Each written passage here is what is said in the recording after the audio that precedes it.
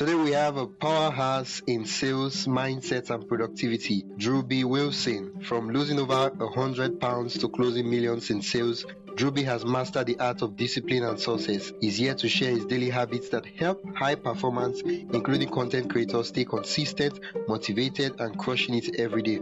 Welcome, Drewbie. I'm so glad to have you here. Hey, I appreciate the opportunity. I'm grateful for a chance to share a little bit of what's worked for me to crush the day along the way, and hoping that as the listeners go through this episode, they're able to take a couple things they can use for themselves. Yeah. You've built success across multiple industries, right? From sales to branding to fitness. The question I have is, what's the mindset shift that helped you win in all of them? The biggest thing that I had to realize was what my time was worth, because until I started putting a real value on time, I wasn't actually living the life that I wanted to live, nor was I achieving any of the success that I was trying to achieve. Yeah. You talked about one of the core mottos in which your brand is built is crush the day before it crushes you. So the question I have is, what does that mean for you? Can you explain the philosophy behind that motto? Yeah, absolutely. Crush the day before it crushes you really started for me. It's 2025 now. I probably started using it originally maybe in 2016, 2017, if I had to guess. I was at a point where I was selling insurance, working in an office. I had been dating my now wife. We were dating at the time for a couple of years. I had been selling insurance for a couple of years and kind of had plateaued. Was at a point where I wasn't really able to make any more money than I was making. I wasn't in great physical shape. Our relationship was pretty good. We had things going on, but it wasn't like the best it could ever be, I wouldn't say. And so I kind of found personal development and started saying, well, I want to work on myself. I feel like there's more out there than what I'm achieving right now. I definitely think I deserve more. I want more. So I started listening to YouTube motivational videos, Eric Thomas, Jim Rohn, Ed Milet, those kind of guys. And I would just get up in the morning and go for a walk. And what I learned was that if I got up and started listening to the motivational stuff right away and focused on gratitude and the more positive side of things, my day always ended up a little bit better.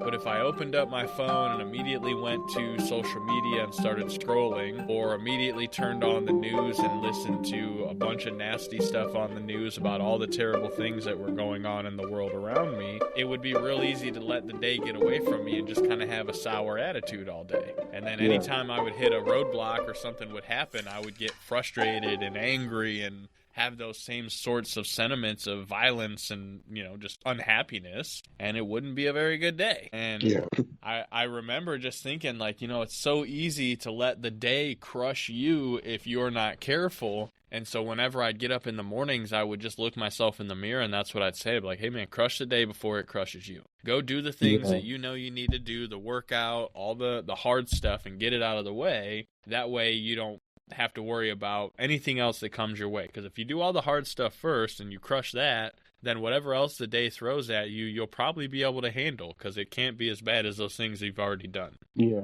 I love the story behind the motto and how you get to apply it to your life. Now, the question I want to ask is, how can content creators apply this motto, this philosophy to their daily routine? So for a content creator, the biggest thing to think about is, what's your end goal with the content, and who are you creating it for? What are they going to get of value from your content? Because the only reason to create content is so that other people will look at it. And hopefully, if you're a good content creator, the content you're creating is leading them to the next thing, a purchase, a subscription, a course, or whatever it might be. If you're going to go out and get attention, what are you doing with that attention? So for me, with how do you crush the day from a content creation standpoint? You get up and you focus on not necessarily, creating just any type of content, but being very intentional with the content that you create, and knowing that it always has a purpose and a reason for everything that you're doing throughout the day. Because then, if you're setting up your calendar to say, well, I know I need to create content and I need 10 pieces. Well, from 9 a.m. to 11 a.m., guess what? We're doing content creation and we're taking care of the things that need to get done so that it's not a big deal. And then if you get all your hard work done first as a content creator, guess what? You might have more time to go hang out and enjoy life, which might give you some creativity and some ideas on new content to create. And then you get to keep going through this cycle. But if you're not intentional and you let your day get away from you and you get into a sour attitude and then you're rushing through the content that you're creating, is it likely to be good content, or is it to, maybe not that good content because you didn't put as much effort into it? Yeah. One of the biggest struggles most creatives, business persons, people who are doing important work, one of the biggest struggles they face is showing up consistently. And as content creators too, that's like one of the biggest problems. Showing up consistently, posting consistently, right? So the question I want to ask is, tying back to your philosophy, how do we create systems, right, that work for us instead of working against us in order to be consistent? Yeah, that's a great question. So, and it kind of ties back to the first part of, what is your time worth? If you haven't figured that out recently, I always tell people it's kind of like this. If you took all the money that you made in the last 12 months and totaled it up, your main job, maybe your side job as a content creator, maybe you're a full-time content creator, like whatever you're doing to make revenue and make money, add that total amount of money up and then divide it by the number 2,000. Because if you were a normal person here in America working a typical job, you work 40 hours a week, 50 weeks a year, you take a 2-week vacation, which means you work about 2,000 hours a year. But if you're listening to a show like this, you're probably not a normal person. You're probably working way more than that. So, whatever that number is, you have to adjust for it. If you're working 60 hours a week, what's 60 times 50? 3,000 hours. If you made $50,000 last year and you divide it by 2,000, your time's worth $25 an hour. And, it doesn't matter what country you're in or what type of money you use, the math is the math. The numbers don't lie.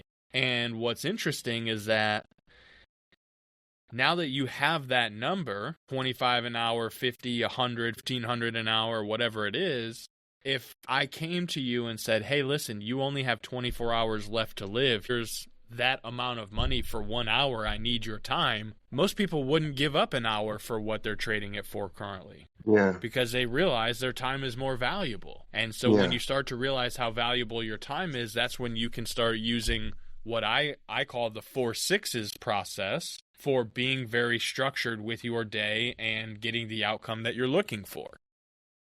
Could you expatiate on the 4 6s? Absolutely. I appreciate you for asking. I was getting ready to, but I'm glad you asked me because I was going to anyways. So the 4 6s is my way of breaking up the day and doing all the things that are really important to me. So when I think about my life personally, and wisdom, everyone's life's a little bit different, so I can't speak for everybody. For me, there's a couple areas that are really important. Sleep is number one, because if you've ever had to go a few days without sleeping, or if you've ever been up way longer than you should, you're not making good decisions, you don't operate well, and, just in general, recovery is important. I'm getting older now, and I got to sleep because I'm not a young buck, so I can't get up and get at it like I used to. I need to get my beauty sleep. So sleep is always at the top. And then most of us put our family, our kids, spouse, relationships, the people that matter to us. That's the number 2 most important thing in our world, our legacy. And then we have our business, which sometimes business comes before the family, depending on the person. And, everybody's a little different, but we all got to make money. I don't have enough money to just do whatever I want whenever I want. So I still have to work every day and work on my business to make money. And then the last thing is really me. I have to keep my health up. I have to eat. I have to shower because, I can't be walking around smelling like a homeless person. That's not going to do me any good as a sales professional. I got to educate myself. I got to find time to listen to shows like this so I can get better and improve so that I can show up in all the other areas. And what happens most of the time, and content creators probably will recognize this, is that if you're not careful, you'll sleep, you'll get up, you'll immediately go to work.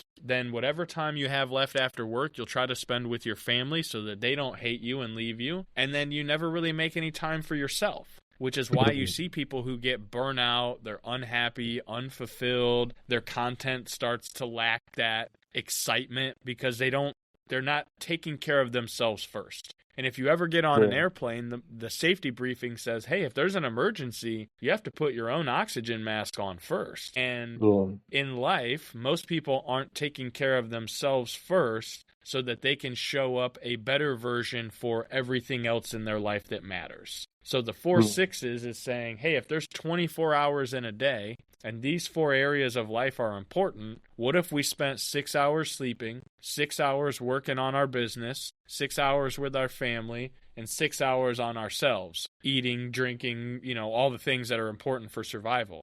That would be the most balanced life you could live. And if you've ever done any one thing for 6 hours, like if you've ever focused on one piece of content that you're trying to create for 6 hours, you can get a lot of stuff done. You can do some really cool things if you're intentional with that time. So if you wake up every day and you're intentional with the 6 hours that you're going to spend on you, and you're intentional with the 6 hours you're going to spend while you're working, then the 6 hours that you're going to spend with your family or the people that matter to you are going to be spent well, which by the end of that, you're going to sleep for 6 hours because you're going to be so dang tired. Yeah.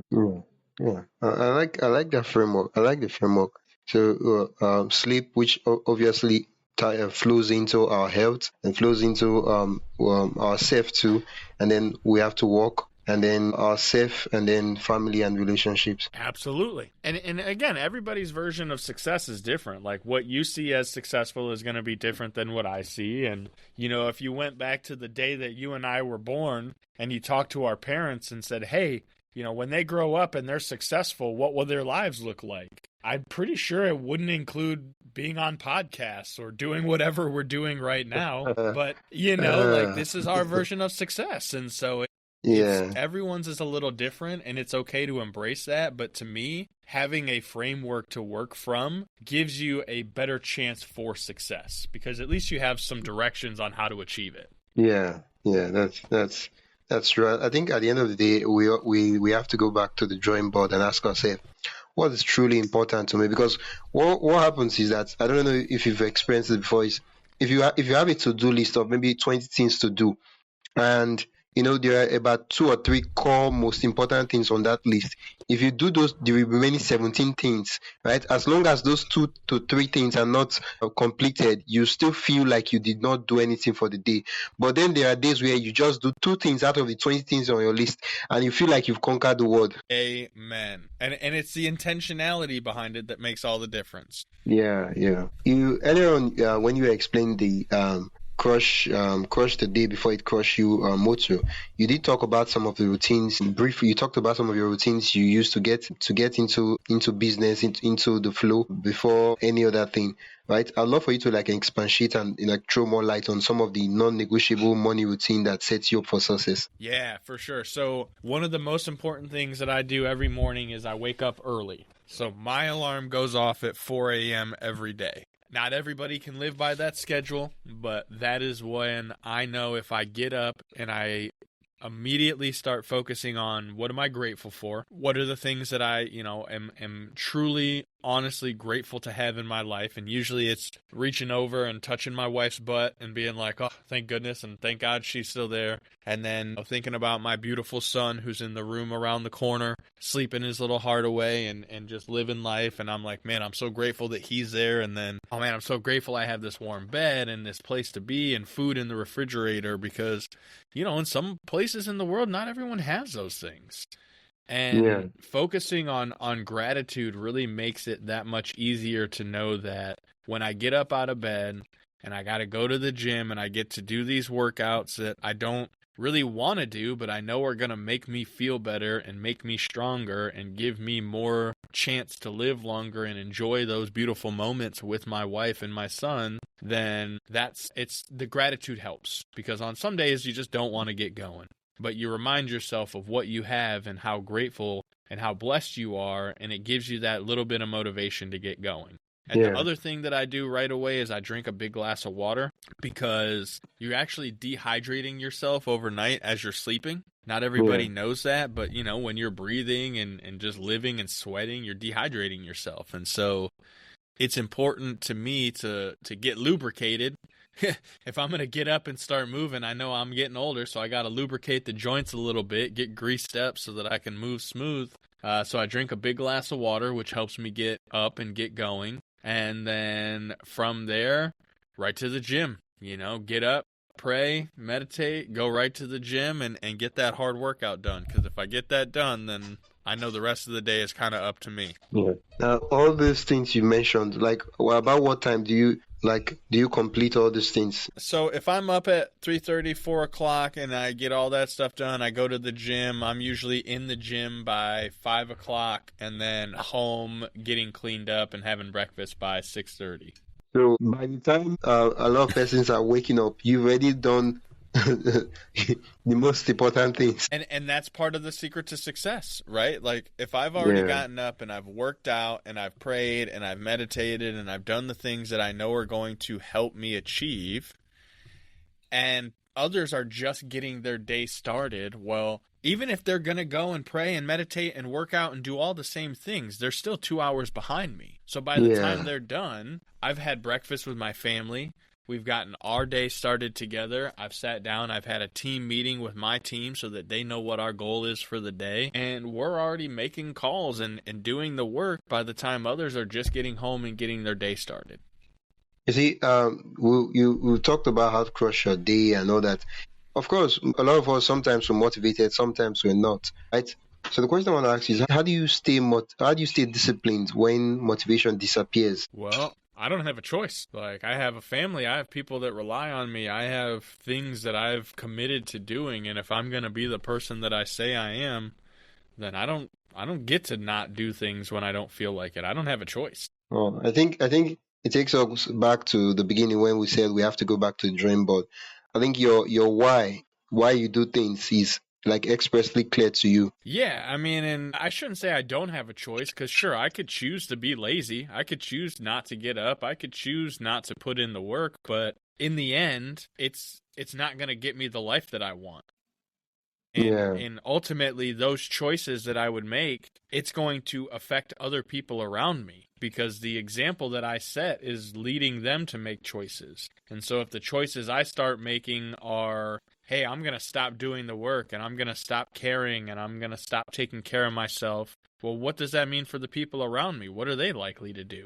They're going to stop caring. They're going to stop taking care of themselves, because if I'm a leader and I'm setting the example, I have to be careful about what example I'm setting. Yeah, so true. Like the fact that what is important to you is clear to you, and then the consequences of not doing the things that you should do, like it's just so clear, and you make mention of some of them. Like, okay, if you don't get to show up at work to handle the business and all those things, what happens is that you don't get to make money, and there are a lot of people who are dependent on you, and it's not exactly, you're not the kind of person who would want to look into their face and tell them that, well, I don't think we'll be eating anything today. Yeah, could you imagine what that would feel like? I mean, it's a real thing, and I don't ever want to get there. Scary thing to think about. Yeah, like the thought of it itself, it puts you on your toes. And that's the thing, that everyone is different, right? Going back to what we talked about for success as a perspective. Well, for some people, success is just having food on the table. For others, success to them means having a big steak dinner on Fridays. For others, it's being able to take their grandparents to dinner on the weekends. Like, everyone has a different perspective of what they want. The difference is, are you going to do the work to make it a reality? Yeah, that's yeah.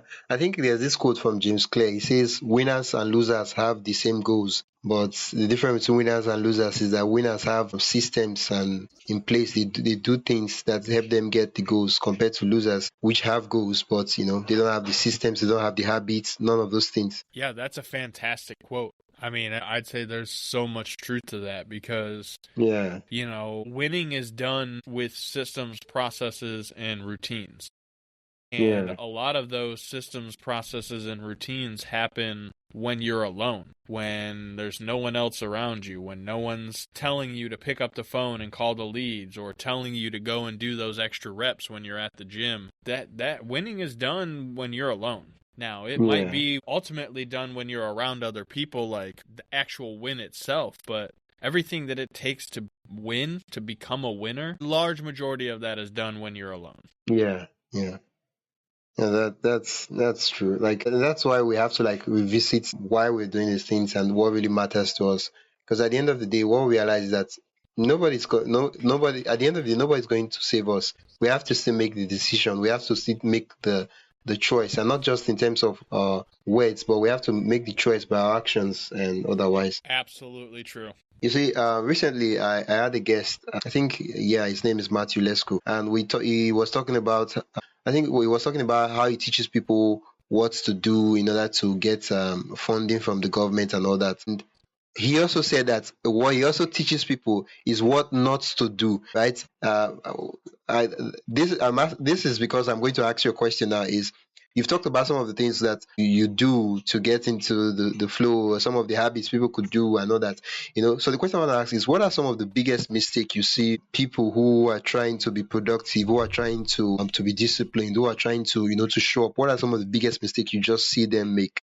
What is the biggest mistake that I see them make? That's a great question. I would say probably people will tell themselves they do better under pressure. So they will procrastinate and put things off until the last minute because they have convinced themselves through some magnificent series of lies that waiting until the last minute and being under pressure is actually a performance enhancing situation. What's ultimately happening is they are essentially tapping into their natural fight or flight mechanism. And so what they're using to motivate themselves is the fight chemicals in their body, which, yes, those can be beneficial. But again, that's where people start to run into the burnout, and they can't summon up that same amount of energy over time and consistently, because at a certain point, your body is smart enough to realize that it's not really in danger.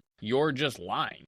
Because the mind knows, the body knows. You can say, "Oh, I'm hungry," but it knows if you're hungry or not.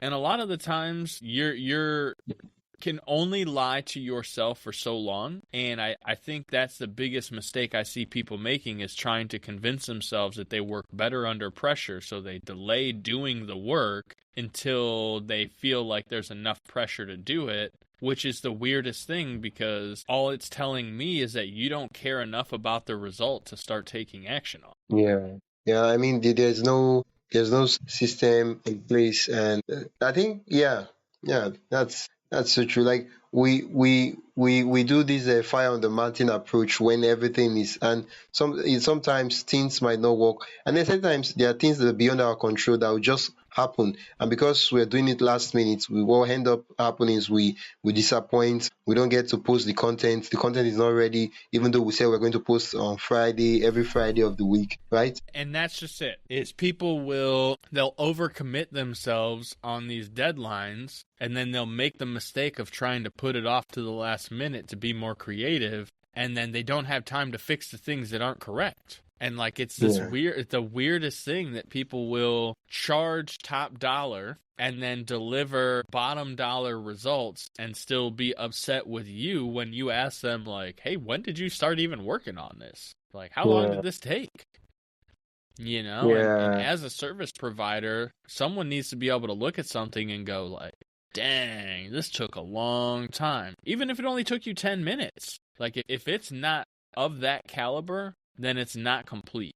And most people can't do that caliber in a short time frame. Yeah, I feel like it's not really about the time it takes. It's more about whether the work was being rushed or it was taken with care and deliberate effort. And people can see that, especially these Yeah, days.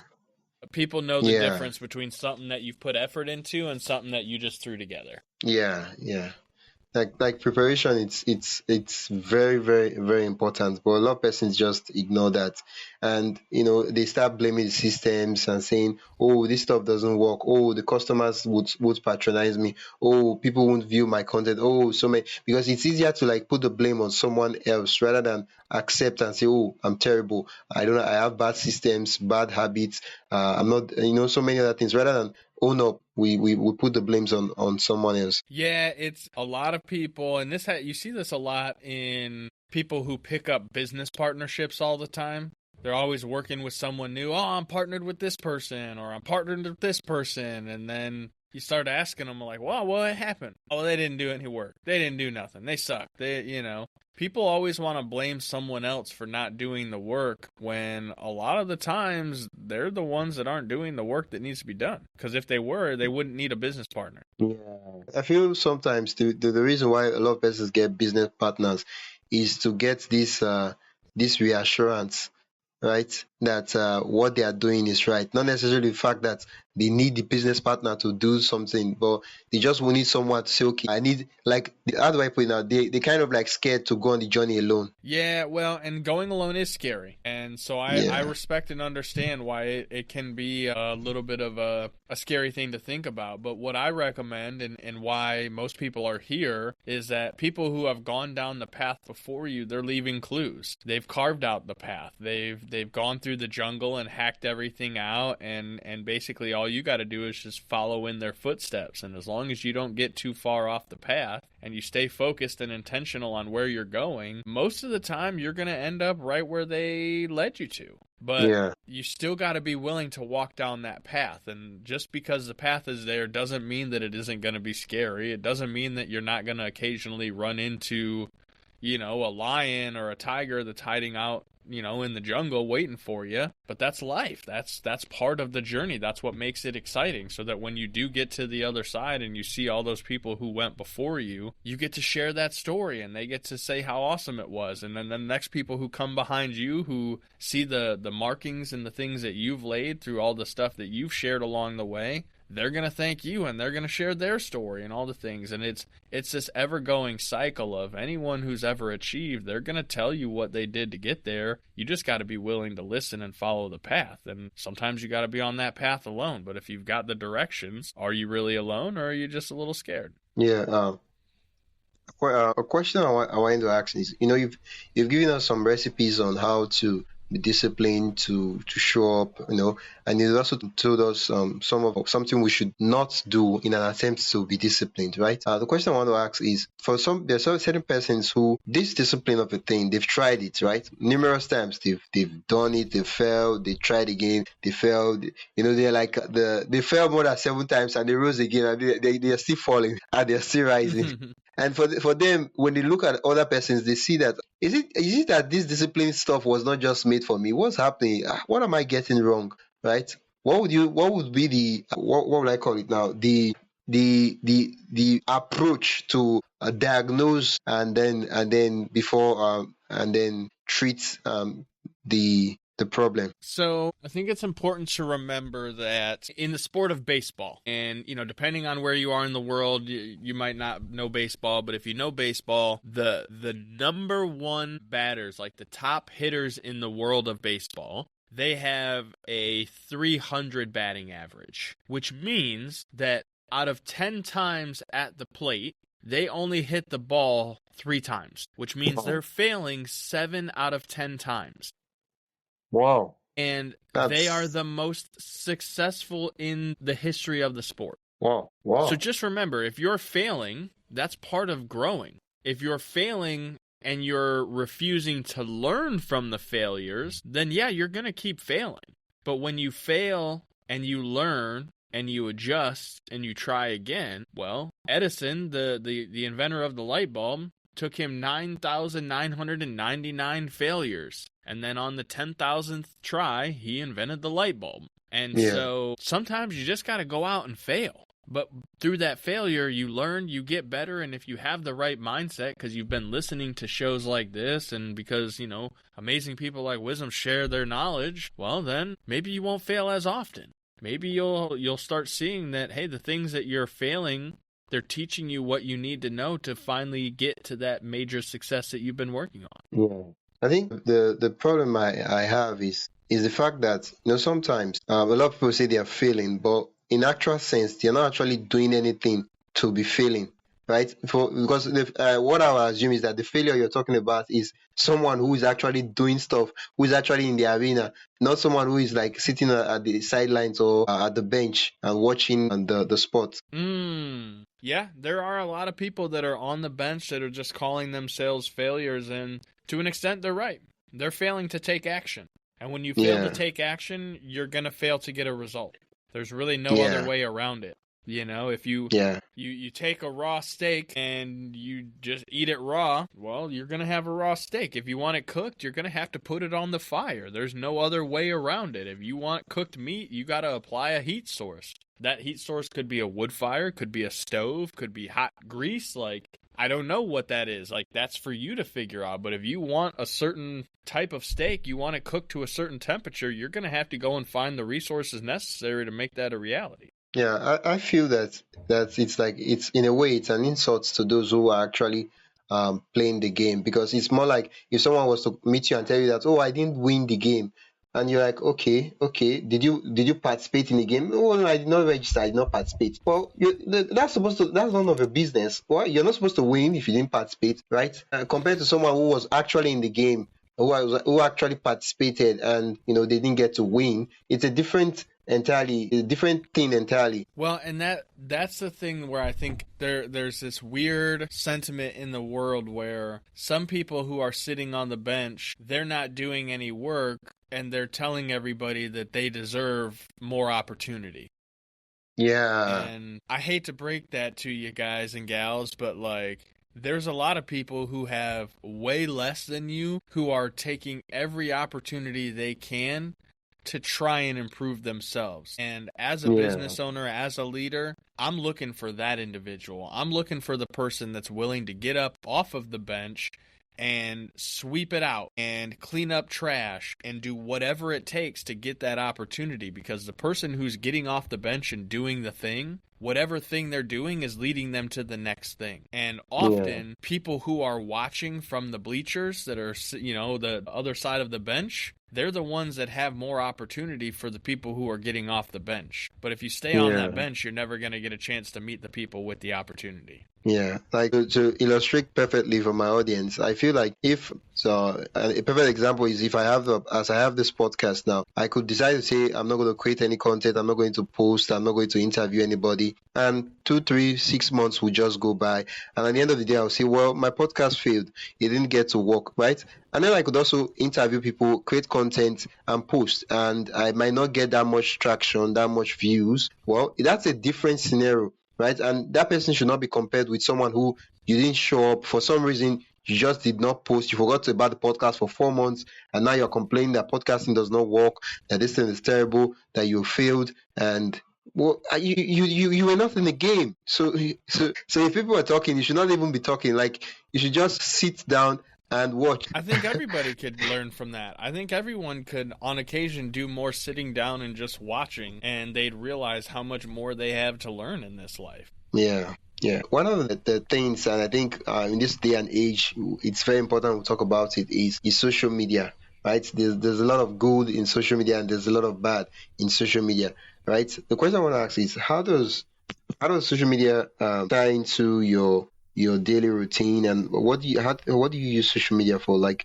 Because that's one of the biggest struggles a lot of persons have. So for me, social media is a tool that I use very intentionally to continue spreading my message and providing value to my community. because I know that if I provide enough value to my community, then eventually someone's going to see it and decide they want to work with me further. And so when I wake up in the morning, I share a picture of myself walking into the gym and getting my workout started, because there are people who follow me who have seen my journey from being, at one point 315 pounds to, losing over 100 pounds without going on any fad diets or any weight loss drugs or anything like that, simply just showing up and doing the work at 4 and 5 a.m. every day. So I post that picture to social media and I share that story. And over the years, I've had numerous people that have reached out to me and said something along the lines of, hey, I was getting ready to sleep in,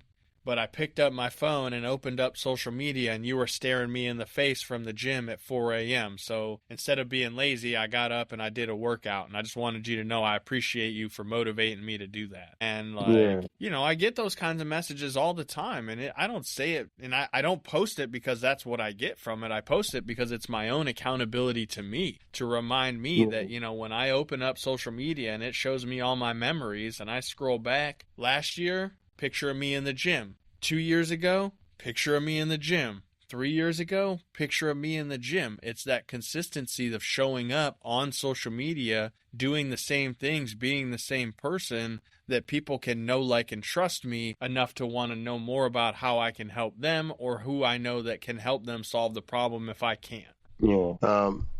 I like that. Like you posting the content first to help yourself, and then you do hope it helps other persons, but mostly it's just to help yourself, and in doing that you get to help other persons too. Exactly right, my friend. Exactly right. Yeah. One thing I'm kind of curious to know is, do you have a strategy? I know this is going off topic a bit, but do you have a strategy for your social media growth? For social media growth?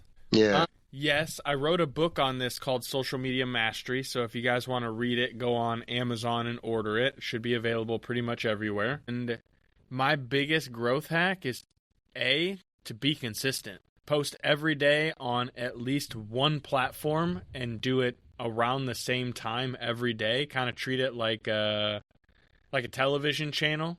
If you have a certain TV show that you like to watch at a certain time, at a certain location, make your social media the same thing. Create content that people like to watch, that know they're going to be able to watch that kind of content at a certain time every day, so long as they show up on your profile. Yeah. Wow. I like that approach. Be there for people to see. If you have a message, the only way for people to know you exist is to put it out there. Yeah. I think a lot of persons, they complain a lot about nobody getting to see them, nobody gets to see their stuff. And then you ask them, how often have you been posting? What have you done? Tell me about what you've done. And then they're like, well, I posted 5 times. I posted last week about 3 or 4 times, and it's not getting any traction. Yeah, this is one of those things that's always difficult to explain to content creators and small business owners. You don't need to go viral overnight. And honestly, going viral overnight would probably be more of a nightmare for you than a blessing. And I say that because for most people, they want to go viral because they think going viral is going to help them sell more of their product or services. Yeah.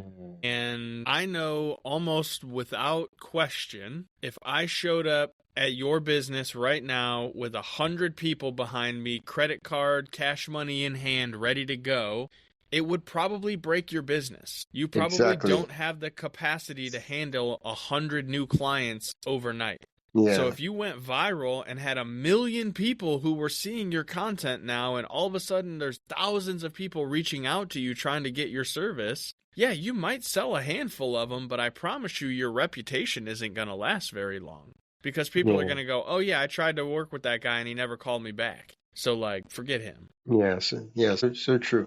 Most people don't understand that it's not about getting a lot of eyeballs. It's about getting the right eyeballs to see your content. That is so true. Yeah, you can have the greatest product on earth, but if you're trying to sell it to the wrong person, they're not going to care. You might have the most impressive bug spray on the planet, but if someone's indoors and there's no bugs, they're not going to care about your bug spray. Yeah. And then the thing I keep saying is that literally there's someone in the world right now who, whatever product you offer or you sell, they are struggling from it, and it's not just not struggling. They're like, it's a pain, it's a headache, and you just happen to pop up in their front. They're like, the first thing they say is like, wow, this is a miracle. I'm so glad I found you. Right? And that is the secret to being great at sales, is to know how you can serve others. Hey, what's the problem that they're going through? What's the thing that they're dealing with? And how do I know that my product or service is going to be the best fit to help them with that? And if you really know your client avatar, you know the individuals who you're there to help, you kind of know what they're thinking before they're thinking. And all you got to do is just be in the right place at the right time with the right offer, and you're going to make a pretty daggum good amount of money and help a lot of people. And if you help enough people get what they want, eventually you get what you want. Yeah, I think content, or what most people fail to understand, is that content itself is sales, because at the end of the day, people end up paying for content with their time, right? There are literally other things I could be watching, other things I could be doing, right? Other things I could be listening to, but I decide to listen to someone's podcast, right? I'm paying for it with my time, and I don't want someone to waste my time. I need value. Absolutely. Time's the most valuable asset that you have. Time, energy, and effort.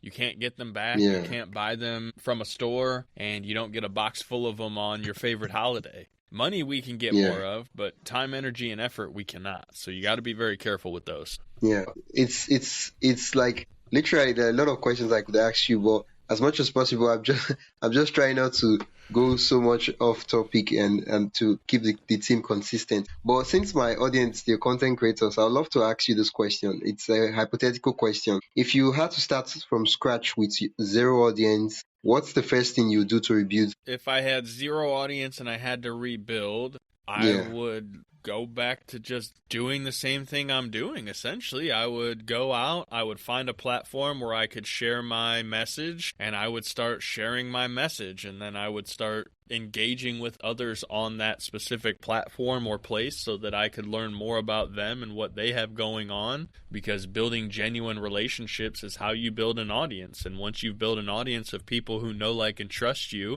a handful of them, if you've done a really good job, they'll be raving fans, and they'll go and spread the message for you and tell others to come check your stuff out. And that's ultimately how you grow anything. So whether I was starting from zero, or if you were asking me, hey, how are you going to keep growing your brand starting today? I'm going to spread my message, and I'm going to serve people, and I'm going to find others who are willing to share that for me, because we're only one person. We got to get other people to tell people about it too.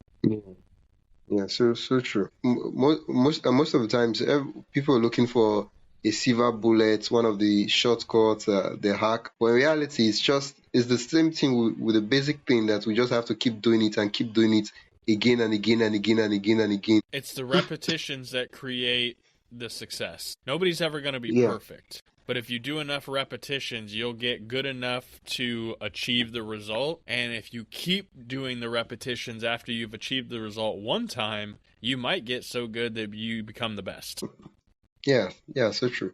To kind of like round everything up, we've talking so much about habits, about systems, about how content creators can be disciplined and crush their content game and all that. Question I want to ask is, what would you say is a simple habit that has made the biggest impact on your success? Biggest habit that's made an impact on my success: time management, without a doubt. Organizing and being effective with my time has been the biggest impact on being successful. And the 4Cs, the 4Cs framework did help you with that. The 4 6s 100% helped make me more organized with my time. Yeah.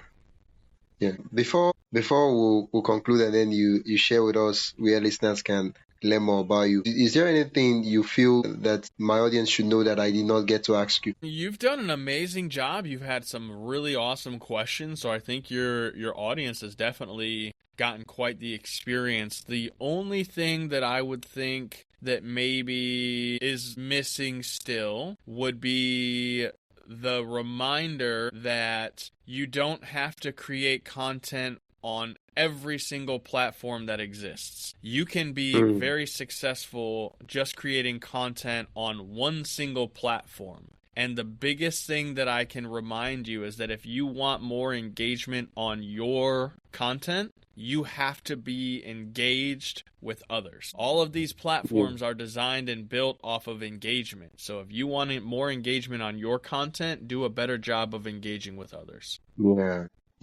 Thank you so much for that. Where can our listeners follow you and grab? Hey, I appreciate that. If you enjoyed the show today and you thought you got something of value out of it, the best thing you can do is share it on social media and tag at Call the Damn Leads. Send it to a friend, a colleague, a terrible salesperson, somebody that you know that could benefit from this conversation mentally and professionally. And then go to callthedamnleads.com. We've got books, we've got keychains, swag, t-shirts, all kinds of fun stuff. We've got plenty of blogs, and I've got a podcast with nearly 75 episodes on it already and hundreds of other motivational content pieces from podcasts. So callthedamnleads.com. Check us out. We'd love to share you some more. Yeah. Thank you so much, Drewbie. I'm super excited to have you here. Thank you. I appreciate the opportunity to be here. It was my pleasure. Yeah, thank you so much. I think that'll be all for now. All right. Awesome. Take care. That's it for today's episode of Wisdom Journey. If you found this insightful, helpful, and you learned a lot from this episode, don't forget to subscribe and leave a review on your respective podcast listening platform. It really helps other persons discover the show. Yeah, keep creating, keep learning, and most importantly, keep sharing your journey. You never know who needs your wisdom today. You see what I did there? Until next time, stay inspired and keep going.